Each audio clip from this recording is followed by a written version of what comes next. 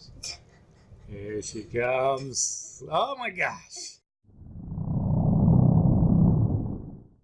Hello everybody, and welcome back to another video where today, We're going to talk about...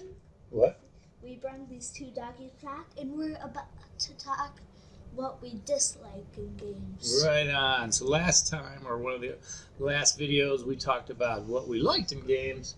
And Yes. now we're going to start it off and kick it off on what we don't like in games. Yeah. And what do you think? More animals, less animals in games? Well, there's not much I dislike about games. All I'm right. the type of game person. You're the type of game person who likes almost everything. Have you ever played a game you don't want to play again? Some games are just like, they're just like, tap this button and then you tap it and it's finished and stuff like that. So, too short. Yes, too short. Not enough of game experience. All right. Anything else? There, some are like just not a good story to it. Yeah, bad story always affects me too. If you don't have a, I'd rather have no story than a bad story. Or I think that's the things with a story is that I'd like to get engrossed in it, and it can kind of improve what's already there. In fact, I played some games that weren't great games, but the stories were interesting, so I ended up liking the game. What about you? Toby, do you like games? He says yes. Yeah, he totally says yes. I know I don't like being timed to do something. If I have to do a specific task in a period of time, I'm not interested because that's kind of the way life is. You need to take your time. Yeah, I'd rather just think it through. I don't like speed games. Yeah, there's some speed games I like, but not a lot. Yeah, if it's gonna be a speed game, I'd want some strategy in it. Like speed game like Jetpack Joyride or something like that. Because that's a speed game, but it's... Jetpack Joyride, you're actually driving fast, and your goal is to get there as quick as possible. Not probably my favorite game, but I just don't like where you have a timed activity where you have to solve a puzzle in like 10 minutes or 10 seconds or whatever. Oh, yeah. All right, keep going, bud. Tell me what else. I don't think there's much left. This is probably going to be a short video. What? I think there's games that like came out too early and they haven't quite worked out all the bugs. Those kind of irritate me. Oh yeah, like when you shoot somebody in the game, like right in the head, and they're supposed to be dead. They're supposed to be dead, but no, they don't go down. Yeah, I don't think that's a bad thing because sometimes I do like the games themselves. But yeah, if it's too many bugs, I get frustrated. I think I also don't like games that kind of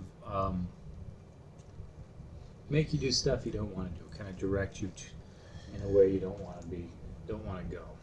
So I'd rather be able to control what I do and what I want to do in the game. Like a free roam game where you can like do whatever. Yeah, I like free roam games, but they don't necessarily have to be all free roam games. But I don't like ones where you just kind of continue on the same line, no matter what. Like what game? I played a game called Dungeon Siege. Dungeon Siege? Dragon something? No. No. What was it? Maybe it was Dungeon Siege. And you just kind of kept going in the same direction, or going in the direction of a path, and then you just kept fighting people, and then running the next path, fighting the next path. And actually, the game was made very well, but I didn't enjoy playing it because I just felt like I wanted to get through as fast as possible. I never wanted to sit and just look for stuff or actually have a good fight or something like that, or an interesting fight. Mm-hmm. And so what games don't you play now that you played before? Any games? Probably like those games, like where you have like this small city and you're on like a bike or something and you just roam around the city. Oh, that sounds like a Roblox thing. Is that what you do? Not like that, but like when you're like, there was this game like Police Simulator 3D or something. Oh, I remember that. Yeah. And then you just drove around the city. Yeah, it got pretty boring. So repetitive stuff But That's like, interesting. Goat Simulator is a way more different thing because it's a way bigger city and you can interact with way more stuff. Yeah, that's why that makes it good, right? Yes. So now when we make our games, what can we take from all this stuff? We shouldn't make what? We shouldn't make a buggy game. Well, hopefully that'll be the Hopefully, case. yeah. What, what about the things you don't like? What should we look out for? Um, we should look out for small spaces. Small spaces, right? We got to try to make this thing as big as possible, or at least have an enjoyable space that they can use. Not a quick game. Not a quick game. We don't want to be done, so we'll make it long.